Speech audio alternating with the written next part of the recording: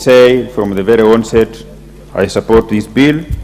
This is a very important bill, Honorable Speaker, because one is going to create jobs that thousands of Kenyan children are going to be employed as food safety and feed inspectors across the country.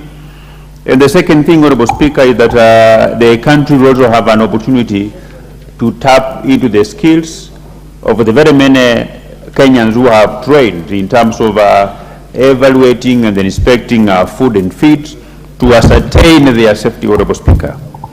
Honorable Speaker, and most importantly, in this era and time, there is no country, Kenya included, that can lose the population by consuming unhealthy food, by the cattle consuming feed that have not been certified, Honorable Speaker.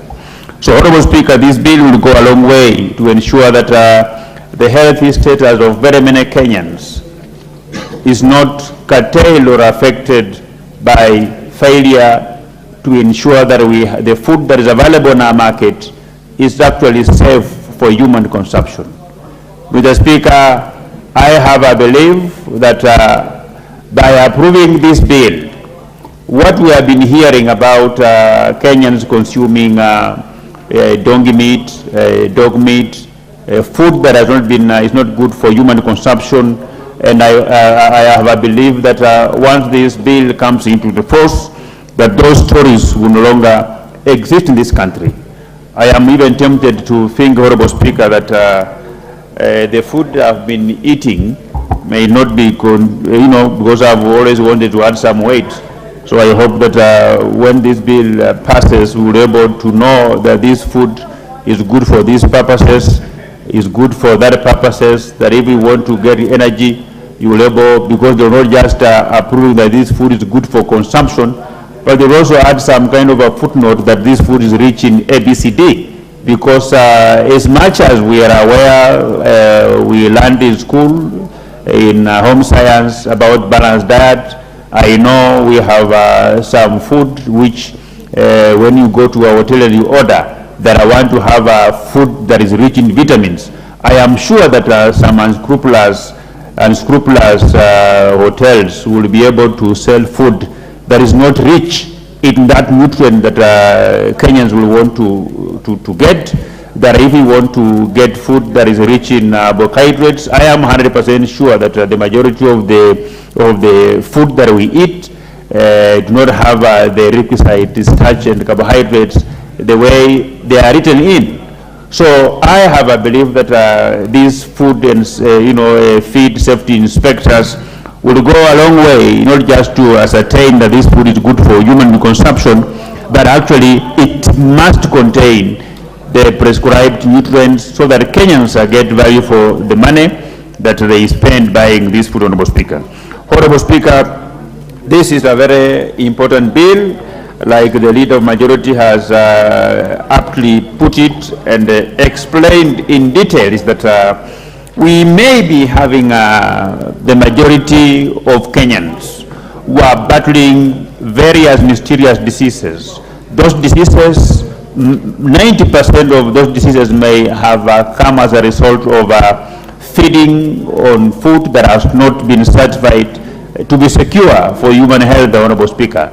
I am also a believer that we may have lost thousands of Kenyan people on some mysterious diseases by failure to ensure that the food that is available in our market is actually fit for human consumption.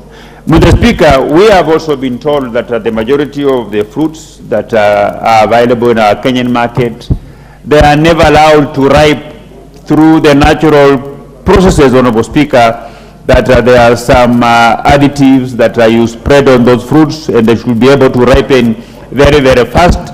So I hope that by the House approving this bill and the creation of this body will ensure that this type of things can actually be a thing of the past, and that each and every food that will be available on the Kenyan market must be food that has been properly inspected, properly been certified to be fit for human consumption. And I think the only thing that I did not see in this proposed bill, which I know, Honorable Speaker, that the House will have an opportunity through third reading to enrich it, is that we must have also some kind of penalties, some powers that this authority should have, so that in the event that they found an individual who is circulating or distributing food that has not been certified to be fit for human consumptions, an action must be taken, Honorable Speaker. We cannot be legislating in vain. We cannot be approving bills in vain, Honorable Speaker, that to act as a deterrent and actually prevent unscrupulous business people from distributing food that doesn't meet the threshold for human consumption. They should actually be dealt with. The law must take its course, and we will be proposing further amendments to this bill so that this authority must have some powers and also try to mention, or rather try to put in some penalties on those who will be found selling food that is not fit for human consumption, or rather food that have been outlawed. Honorable Speaker, to say the least, we are also aware of very many institutions that will even sell food that has expired, or rather even falsifying expiry dates of particular food, Honorable Speaker. And this must also be within the mandate of this body that will be created once Parliament approves this bill, which I'm 100% sure we will, that those people also, they should be dealt with, Honorable Speaker. Honorable Speaker, it is not only ungodly, it's not just bad manners, it's not just against the law, but it's absolutely inhuman for an individual or a distributor to distribute food that is expired, to distribute food that has not been properly packaged, Honorable Speaker.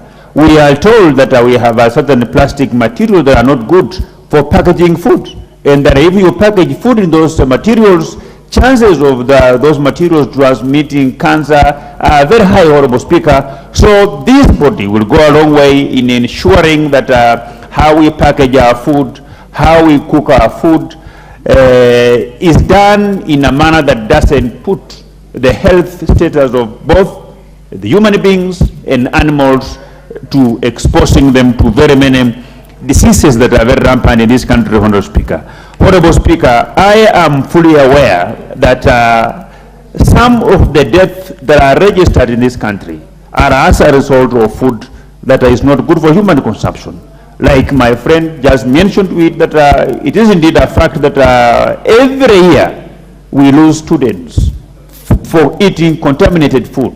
Every year the government of Kenya spends colossal sums of money carrying out investigations and testing on the cause of death for certain students because of the way the food is stored. And I will also be proposing further amendments to ensure that the mandate of this authority goes beyond testing food to ensure that the food is stored in a proper manner.